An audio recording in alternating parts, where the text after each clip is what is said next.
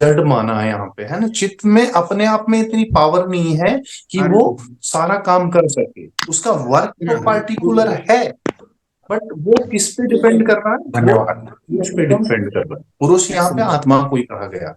Action का नहीं clear है है गर्ग मैम, क्लियर है आपको? तो किसका है? हाँ गर्ग मैम सर। क्लियर है? हाँ जी जी जी। सर। और कितने इसको का है? जैसे जैसे हम पढ़ते चलेंगे ना, ऐसे ऐसे हम चलेगा? क्लियर कर पाएंगे। मजबूती है? ओके। तो चित्त वृत्ति, नेक्स्ट पॉइंट आता है वृत्ति। अब हम्म। वृत्ति क्या है, सिंपल वे में अगर आप मेरे से एक वर्ड पूछोगे तो मैं आपको बताऊंगा, वृत्ति का अर्थ होता है विचार करना, ठीक है ना, सोचना, थिंकिंग करना, दैट्स कॉल्ड वृत्ति। ठीक है, हमारे यहाँ पे 5 प्रकार की वृत्ति बताई जाती है मुख्य तौर पर। ठीक है ना, आगे चल के आप अभी नोट करना चाहें तो अभी ऑन द स्पॉट नोट कर सकते हैं, पंचवृत्तियां इनको बोलते हैं। बहुत सारे क्वेश्चन यहाँ से उठ करके आएंगे, तो इसलिए आप नोट कर लीजिए, है ना। आगे जब हम पतंजलि योग सूत्र, जब हम टेक्स्ट बुक पढ़ेंगे सेकेंड यूनिट में, तो मैं आपको और डिटेल में बताऊंगा, लेकिन केवल नाम नोट कर लीजिए अभी आप। ठीक है, तो 5 वृत्तियां हैं। एक पहली है प्रमाण वृत्ति, ये तो थोड़ा आसान रहेगा समझने के लिए। पहली है प्रमाण वृत्ति, दूसरी है विपर्यो, प्रमाण, विपर्यो, विकल्प, थर्ड इज विकल्प। विकल्प मतलब ऑप्शंस। सर सेकंड प्रमाण, वाला क्या है? विपर्यो, विपर्यो, विपर्यो, विपर्यो, मिथ्या ज्ञान मत ध्रुव प्रतिष्ठित, विपर्यो मिथ्या ज्ञान मत ध्रुव प्रतिष्ठितम, ऐसा ज्ञान, ऐसी नॉलेज जो उस चीज में है नहीं फिर भी हम उसको समझ रहे हैं, दैट इज कॉल्ड विपर्यो। जस्ट लाइक अगर आपने कोई रस्सी देखी और उस रस्सी को आप सांप समझ बैठे, तो इसको विपर्यो बोलते हैं। ठीक है, इसको विपर्यो बोलते हैं, मतलब रॉन्ग नॉलेज, एक तरह से गलत नॉलेज, है ना। अदर एग्जाम्पल इज दैट कि ये जो हमारी जो बॉडी है, इसका एक फिक्स वैलिडिटी है, ठीक है ना।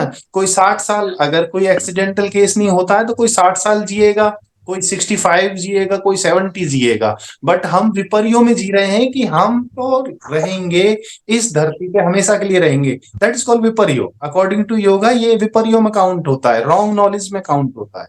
क्लियर है? अब यही नॉलेज है, मतलब विपर्यों की नॉलेज अगर हमें योग की तरफ ले जा रही है तो वो अच्छी वृत्ति में काउंट होगी, और यही नॉलेज हमें दूसरी दिशा में लेके जा रही है तो वो अच्छी वृत्ति में काउंट नहीं होगी। वृत्तियों को भी स्वरूप वाइज, है ना, नेचर वाइज 2 प्रकार से डिवाइड किया गया है, अक्लिष्ट वृत्ति और क्लिष्ट वृत्ति। अच्छी वृत्ति और खराब वृत्ति, 2 प्रकार से इनको डिवाइड किया गया है। ठीक है ना, बहुत ज्यादा डिटेल में हम आगे पढ़ेंगे, अभी पॉइंट टू पॉइंट आप नोट करके चलिएगा। सबसे पहले होती है प्रमाण वृत्ति, दूसरी होती है विपर्यो वृत्ति, तीसरी होती है विकल्प वृत्ति। विकल्प, विकल्प, हाँ, विकल्प मतलब ऑप्शंस, ठीक है ना। जैसे मैंने एक वर्ड बोला यहाँ पे, मोर, पिकॉक, मोर, है ना। अब यहाँ पे क्या है, यहाँ पे केवल वर्ड है, ठीक है, बट शब्द तो है। क्या नहीं है यहाँ पे, मोर नहीं है, पिकॉक नहीं है, ठीक है। मैंने यहाँ पे बोला श्री कृष्ण जी, है ना, कृष्ण भगवान, मैंने यहाँ पे word use, just just is an on word, only word, केवल शब्द है, यहाँ पे कृष्ण जी नहीं है। ठीक है, तो जो शब्द जनित ज्ञान है ना, शब्द जनित जो नॉलेज है जिसमें वास्तविक वस्तु शून्य है, वो वस्तु है ही नहीं है। ठीक है, उससे जो हमारे विचार बन रहे हैं, उससे जो हमारे थॉट प्रोसीजर बन रहा है, वो अच्छाई की तरफ जा रहा है तो अच्छी वृत्ति, खराब की तरफ जा रहा है तो खराब वृत्ति। ठीक है, ये मेमोरी से थोड़ी सी डिफरेंट होगी। विकल्प बोलते हैं इसको, बहुत डिटेल में इस पर चर्चा करेंगे जब हम सेकंड यूनिट में आएंगे। प्रमाण, विपर्यो, विकल्प, विकल्प थर्ड। नेक्स्ट आप नोट करेंगे निद्रा, नींद, स्लीप।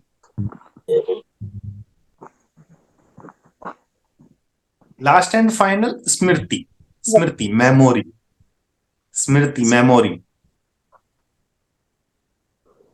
सबसे पहली है प्रत्यक्ष। प्रत्यक्ष का अर्थ होता है मतलब जस्ट सामने देख लेना, आंखों के सामने देख लेना।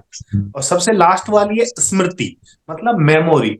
आप कहीं कुछ साल पहले कहीं किसी मंदिर में गए, ठीक है, वहां पे आपको बहुत, आप किसी योगा क्लास में गए, वहां पे आपको बहुत अच्छा लगा, और उस मेमोरी को, उस क्लास को आप वापस से अभी रियलाइज कर रहे हो और अभी उसको आप फील कर रहे हो, चाहे थोड़ा कर रहे हो चाहे ज्यादा कर रहे हो, ठीक है। तो ये क्या है, मेमोरी में। उससे अगर आपको अच्छी डायरेक्शन मिल रही है तो वो अच्छी वृत्ति, अगर उसी मेमोरी से, उसी चीज से आपने पीछे कोई पिकनिक मनाया और उससे आपको खराब डायरेक्शन अगर मिल रही है, आप योग की तरफ नहीं जा रहे हैं, तो वो खराब वृत्ति। तो वृत्तियों को दो तरह से डिवाइड किया गया है, क्लिष्ट वृत्ति और अक्लिष्ट वृत्ति। निवेदिता जी, आपने मास्टर डिग्री में पढ़ा होगा ये, थोड़ा सा डीप है। Yes, एक sir. दो दिन आप मेरे साथ जुड़ेंगे ना, तो आप और भी अच्छे से इसको स्टेप बाय स्टेप हम समझ पाएंगे। क्लियर है? तो योग की परिभाषा हमारी चल रही थी, योगस चित्त वृत्ति निरोध है, चित्त की वृत्तियों का निरोध करना। चित्त की वृत्तियों का निरोध करना योग कहलाता है। ठीक है, क्लियर है? योगस चित्त वृत्ति, योगस, योग क्या है, चित्त की वृत्तियों का निरोध करना योग कहलाता है। ठीक है, निरोध क्या है लास्ट में हम समझते हैं। हमने योग को तो आपने पढ़ा ही होगा, योग क्या है, जुड़ना, है ना। युज धातु से निकला है संस्कृत से, जैसे मुझे बताया था अभी, तो उस अर्थ में बहुत ज्यादा हम डीप में नहीं जाते हैं। योग का जस्ट अर्थ होता है जोड़ना, मिलन करना।